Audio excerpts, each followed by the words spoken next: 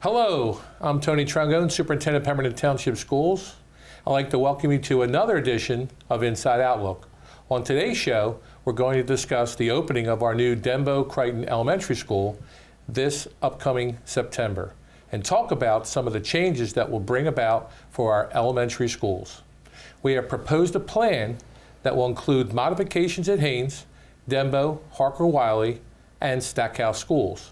With me today to tell you more about our proposal is our business administrator, Mr. Dan Smith, and our assistant superintendent for elementary, pre-K through 5, Mr. Jeff Havers.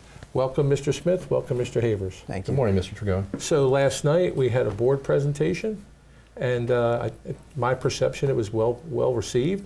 But like anything else, we're going to reflect on the proposal and make it the best situation for all our students. And so this is like step 2 of the process, where we're going to have an outreach to the community about the changes that are proposed.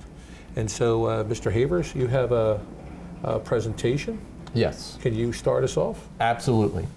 All right.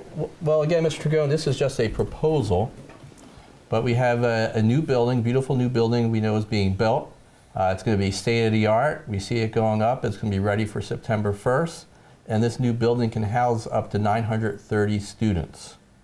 If we take the current Haynes and Denbo students, that would only total actually a little less than 575 students. So there would end up being empty rooms if we only bring over Haynes and Denbo students, and not enough students to really get the full benefit of such a beautiful facility. So our proposal is, with this new configuration, is to take Haynes, Denbo, but also Stackhouse, 3 to 5 students in that side of town, and have them all go to Denbo Crichton Elementary School. And that would be a K-5 school, so no preschool there, but a K-5 school. And with those 3 schools, we would have about 150 students. There's still plenty of room to grow if needed, because again, this building houses 930 students. But now we would have more students being able to get full advantage of this beautiful new facility. With that said, we have Harker-Wiley School, which is a K-2 school, and it's actually will be our smallest school in the district. And with it being the smallest school, there are some challenges. So our plan is to move this school and then make Stackhouse a K-2 school. Now, one of the big concerns that come up, and it's a legitimate concern, is what happens to staff. Kids go into the schools, they have a comfort level of seeing the guidance counselors, their teachers in the building, and there's a comfort level there with seeing staff. And so for the most part, if you're working at, say, Harker-Wiley School, you're going to probably be at Stackhouse School. If you're working at Haynes and Denbo or Stackhouse School, you're probably going to be at the Denbo Crichton School. Again, there's normal transfers that occur during the course of the year. We have retirements. There are going to be some staff fluctuation. There will be changes, but the vast majority of staff are going to be going with their new building and traveling kind of with their students. So I have a question for you here about that, because it's our employees. When will they know about where they're going to be next year? It's a great question. Usually it'll be at the end of May. In some cases it could be in June. But for the most part it'll be the end of May, because that's usually when we discuss transfers and reassignments. And in some cases it could come a little later in June. And that's done on purpose because things change. We're a large district. Staff members all of a sudden sometimes move. They sometimes get another job, or they relocate because of family reasons, or somebody decides to retire late in the game. So it really isn't healthy for us to make decisions right now with staff. It's already, this is what it's going to be, because things are going to change. Mm-hmm. And then people get worked up about, hey, I'm going to be here, and they start planning for it, and then we would have to tell them that there's going to be another change. So yeah, it's unnecessary. It's unnecessary, and I always talk to the principals. I want our focus to be on the kids that we have now, what we can do now to support our students and our staff. Because even if I'm going to a different school next year, that's not going to change anything. I still have the same kids in front of me. I still need to teach the same lessons this year, and we can worry about that at the end of the school year and prepare for that over the summer. All right, thank you. All right, moving forward, I just want to give you a little glimpse of what the Denbo Crichton floor plan looks like. And again, I'm not going to go over every single space here, but this is pretty exciting. If you look here, this is the main office. That's the main office entry in the front of the building. When you walk in, the office would be to the left. If you look to the right, that would be where our nurses and our child study team office is. If you continue down next to the child study team, Right across from that would be a gifted and talented room, and they would actually have their own room and plus another space for storage of materials. They have a lot of materials for gifted and talented. But this is great that they have their own space because in many places, many schools they go to, they don't really have their own space. There's an all-purpose room with a huge stage. There's a gym. There is the kitchen facility here, the faculty room and the maintenance location. And then there's also the cafeteria here. And this is really unique because this will be the only building we have in our elementary world that has a separate gym, a separate cafeteria, and also a separate all-purpose room. This is great because even if there's indoor recess, the kids don't have to stay in the cafeteria room. They can actually go to the all-purpose room and still get to move around and get some activity.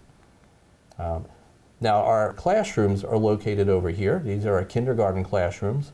Each one of these kindergarten classrooms will have its own bathroom.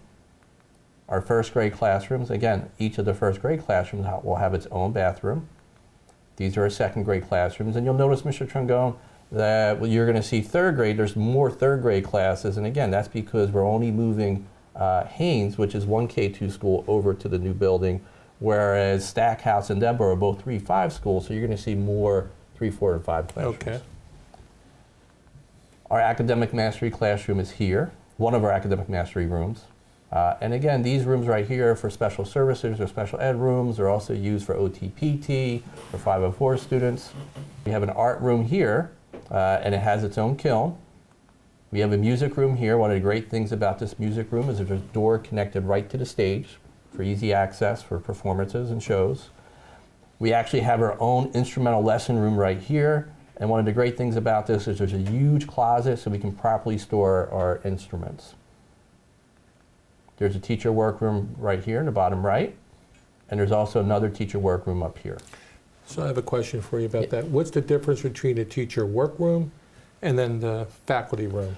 That's a great question. Faculty room is usually where faculty are going to go to eat lunch and maybe socialize in the morning. They have a special event. A lot of our schools do a great job of making potluck breakfasts and meals, so that would be that location. Mm-hmm. The teacher workroom is a location where they can go that's quiet. They can maybe make copies, they can do some research, they can work on cutting things out, but it is a space where they can go and so if you're a teacher, maybe sometimes your room is used for another purpose, it's another place where you can go.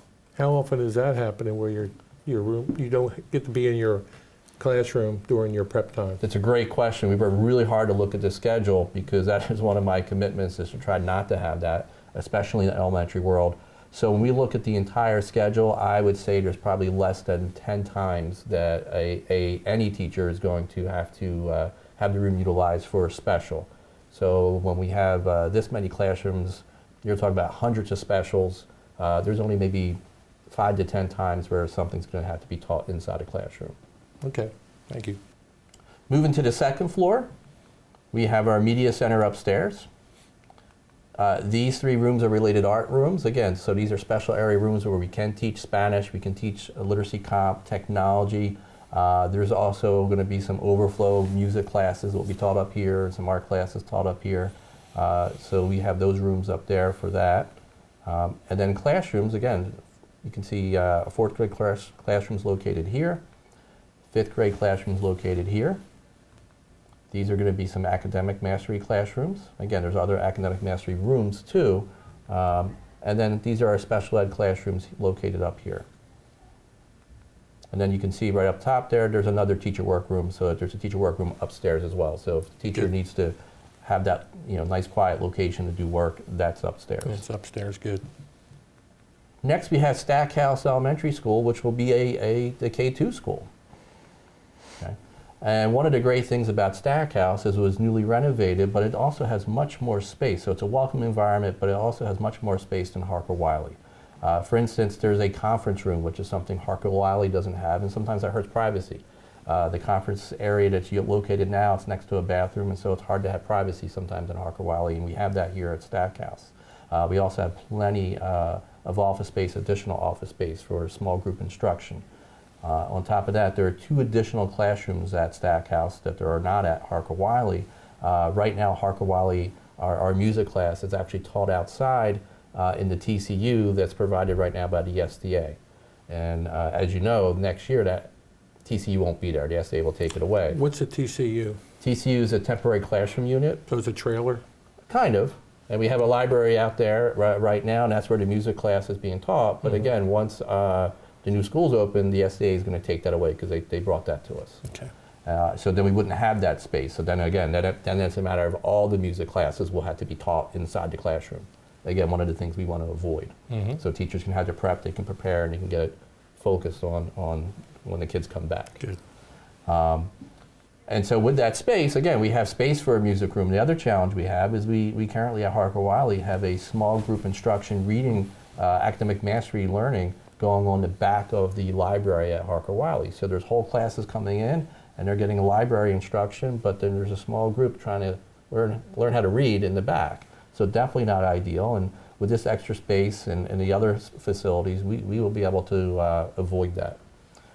In addition, Harker Wiley's gym is a smaller gym, and Stackhouse is a much larger gym, and Stackhouse also has a stage, which is a great benefit for our students. When they perform or there's a special event or an assembly, we can use that stage. Also with a bigger gym, it's going to be better when we have big parent nights or parent events. And of course, again, this is a very newly renovated building, new windows, new air conditioning. It's got LED lighting, which is much better for instruction. And again, everything's pretty much brand new. It's like getting a new building here. And of course, one of the goals here is because of our budget crisis, the circumstances, is to try to save money. And there definitely will be some savings here through efficiency, and we'll try to save through attrition with staffing and administration, and there's savings in energy. So that's one of our goals, and that'll help us, maintain lower class sizes and do what's best for our students.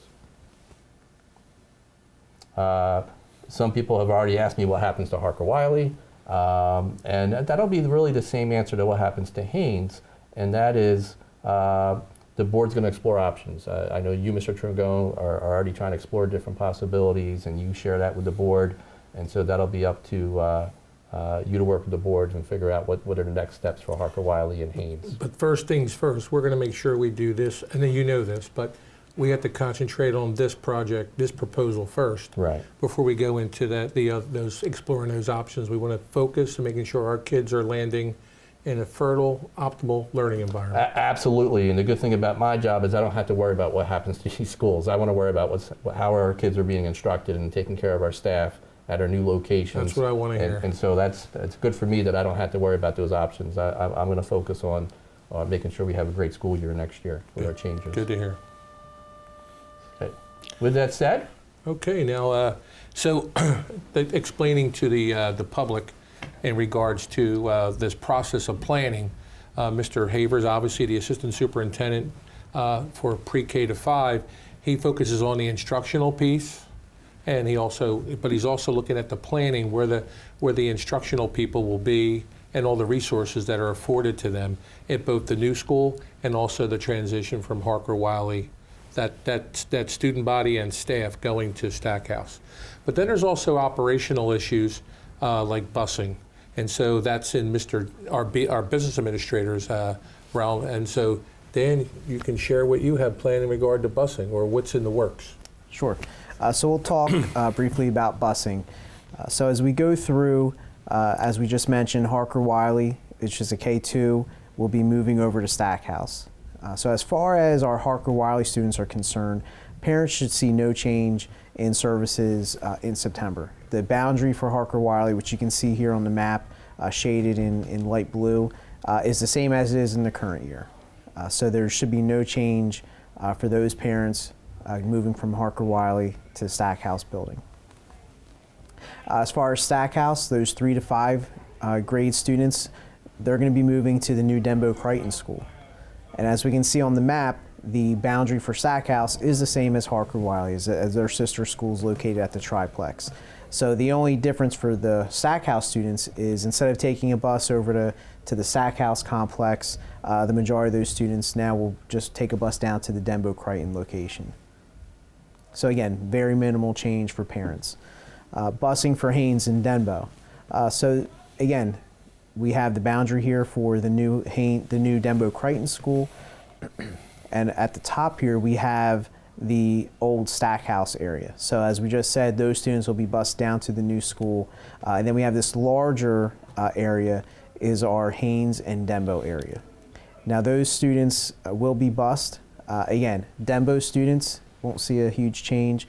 Haynes students, the last couple of years they've been bused to Haynes instead of the Crichton school. So they'll see a change in bus routes, maybe bus times, things like that. But one of the main difference here is we're going to have a walker area for the new Denbo Crichton school.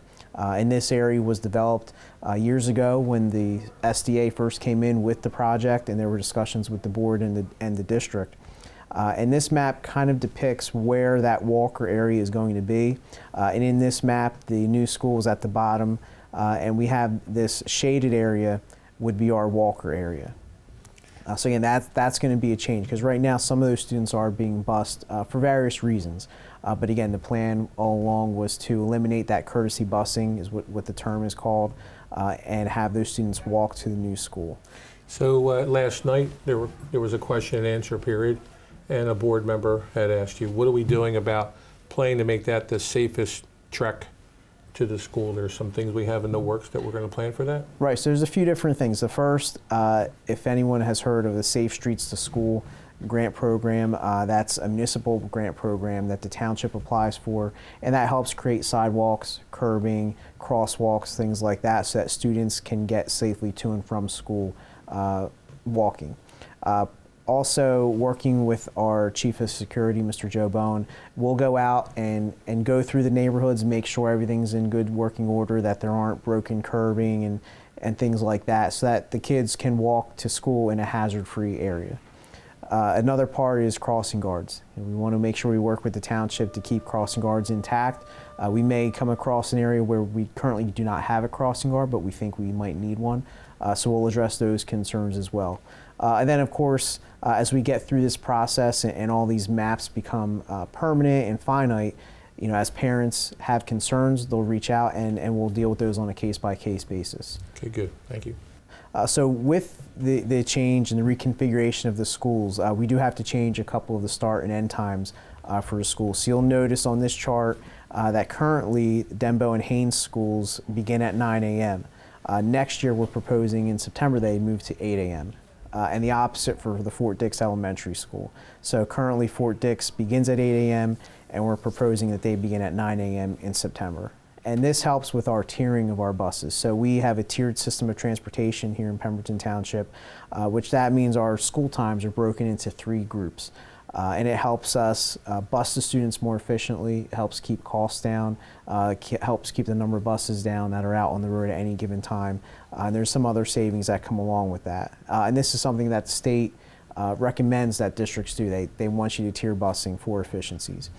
So we'll have our tier 2 would be our big tier. So if you think of it, all of our bus drivers work a minimum of 2 tiers, most work 3. But we have tier 2 as our main tier. And then some drivers only work tier 1 and 2, some only work tier 2 and 3, and some work all of them. So that also goes into the equation of start and end times. How do we bus all the students efficiently without putting ourselves at a disadvantage by overloading a certain tier versus another? That's good to know, and we're going to communicate that out to the folks about those changes. But my question is for Mr. Havers. If I'm a parent looking at before and after school care, what's our remedy? Not a remedy, but what do we have to communicate? Sure, that's a great question. Our before care and after care is going to have the same start and same end time. We have before and after care at every building with the same start and end time at every location. It's just your morning before care may be longer now, or it could be shorter, and then your after care could be longer or shorter depending on your location. So the endpoints that they remain the same. Right, you can still drop up and pick up off at the same time. But the school time shifted. Correct. But that should be that'll be communicated to the parents that'll be afforded to them that service then. Correct. Okay. So you're saying there's no change there then? Not in terms of if you're using before and after care, you can drop off and pick up at the same time. Okay. Good to know. Thanks. So Mr. Havers, what are our next steps? All right, great question, Mr. Trangone. Our next steps are that we are actually headed out to see the staff members at each school that's going to be directly impacted, the 4 main schools this week. That will actually start tomorrow at Haynes and Harker Wiley. And then the day after, on Wednesday, we'll be at Denbo and Stackhouse. So we can talk to each faculty and answer any of the questions that they have, because those are the schools that are mainly impacted by this. Mm-hmm. And then after that, we're going to be reaching out to the community and having parent nights, community nights. The week after, Monday, February 3rd, we'll be at Harker Wiley at 6:15. Then we're going to move to Stackhouse, and we'll be at Stackhouse at 7:30. And then on Thursday, February 6th, we'll be at Haynes at 6:15. And then we'll also be at Denbo at 7:30 that night again, so that we can field any questions and go through the presentation and get feedback from our parents and our community. Well, Mr. Smith and Mr. Havers, thank you for this informative session of our moving along this proposal in regard to the realignment of schools at the elementary level in Pemberton Township Schools. Again, our work's not done. We have some next steps. We're going to be reaching out to the internal folks, right, in the schools, and then external with with our families and community.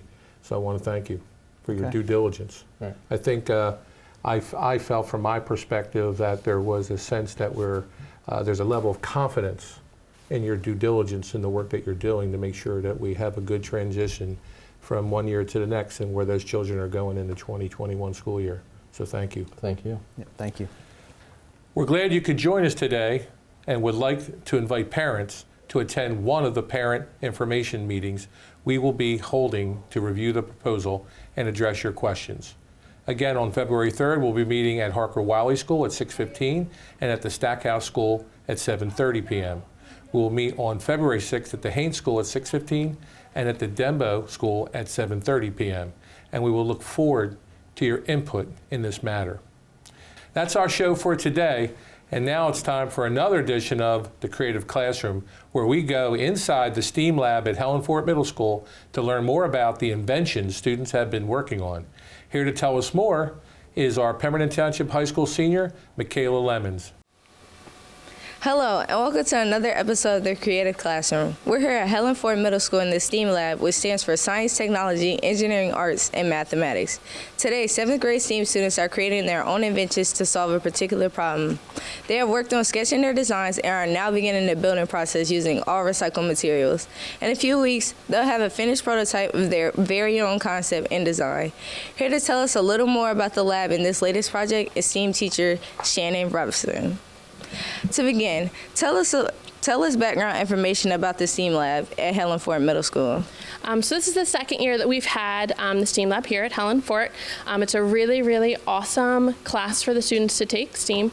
And our real goal for the class is to get them to be able to solve problems on their own and solve some real world problems once they get out into their workforce someday in the future. What are some of the tools and resources available to students? We have all kinds of really awesome tools for the students.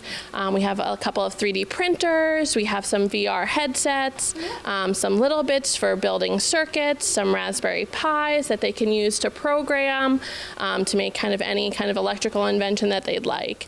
We have a lot of really cool and interesting stuff. So I'm aware that students are involved in a project of creating their own inventions. Tell us more about that. So they've all tried to find a real world problem. It's always a tongue twister for me. And they're kind of using recycled materials to make a prototype to solve that problem. We've had students think about how their ice cream melts in their hands, how they sometimes have problems sucking up all the noodles in their ramen, so they make like scissors to cut the noodles. Just kind of anything that they see that's a problem in their life, they try and find a solution to it. Let's get into what the students are working on. Hi, Emily. Tell us about the project you've been working on. The project that I've been working on is it's like a cup to protect the melting ice cream so it doesn't get all over your hands and all sticky. So basically, it's going to be made out of plastic, and then we're going to put a straw, and you can drink the melting ice cream, so it's like a milkshake. So what materials would be required to make that? I would need... For the cup, I'm going to use recycled plastic, so like a water bottle, and cut it up. And then for the straw, I don't know if she has any straws, but we could probably make like a cardboard straw. How long would it take you to make this invention? Probably Probably like half the week because we don't really need to take that much time on it. It's a really easy and simple project to work on. Thank you. Hi, Dominique. Can you tell us about the project you've been working on? I've been working on a project about when the toothpaste there's not enough to push out. We're trying to create something so it's way easier to push out when there's barely anything left. What materials would be needed to make that? Hard plastic, wood, and maybe like a rubber band at the bottom so it's easier to push. So, did you use any science, technology, mathematics in that? We're going to be using rulers to measure the toothpaste so we can make sure that it's leveled with it. How long would it take you to make this? Maybe like a week or so, 2 or 3 days maybe. Thank you. I'm here with Serena and Sarah. Can you guys tell us about your projects? So we made a umbrella holder for when you have a wet umbrella and you don't want to put it in your car dripping wet. You could just stick it into the holder that we will be making so that it only goes into the cup and not onto your floor. Sarah, can you tell us what materials you'll need to make this? Right now we are just making a prototype, but we will be using a 2-liter soda bottle and some heavy-duty string. How long would it take you to make this? Probably like 2 or 3 days. Did you have to use math, science, technology, or anything to make this? We didn't really have to use math, but we do have to use a little bit of science because you need to be able to have the string hold up the water bottle and the umbrella because it really depends on how heavy your umbrella is or how big it is. So you need to have certain types of string in order to do that and a certain, like, heaviness of the bottle. What tools and resources are available to you at STEAM Lab that makes it a great program? Well, we have some 3D printers and a whole bunch of computers, and I feel like it can give us an opportunity to open new doors for us, and we can experience more things and learn more. Thank you. We'd like to say thank you to the STEAM students who have shared their ideas with us and given us a window into the STEAM Lab and all it has to offer. That's our show for today, and we look forward to seeing you next time on the Creative Classroom.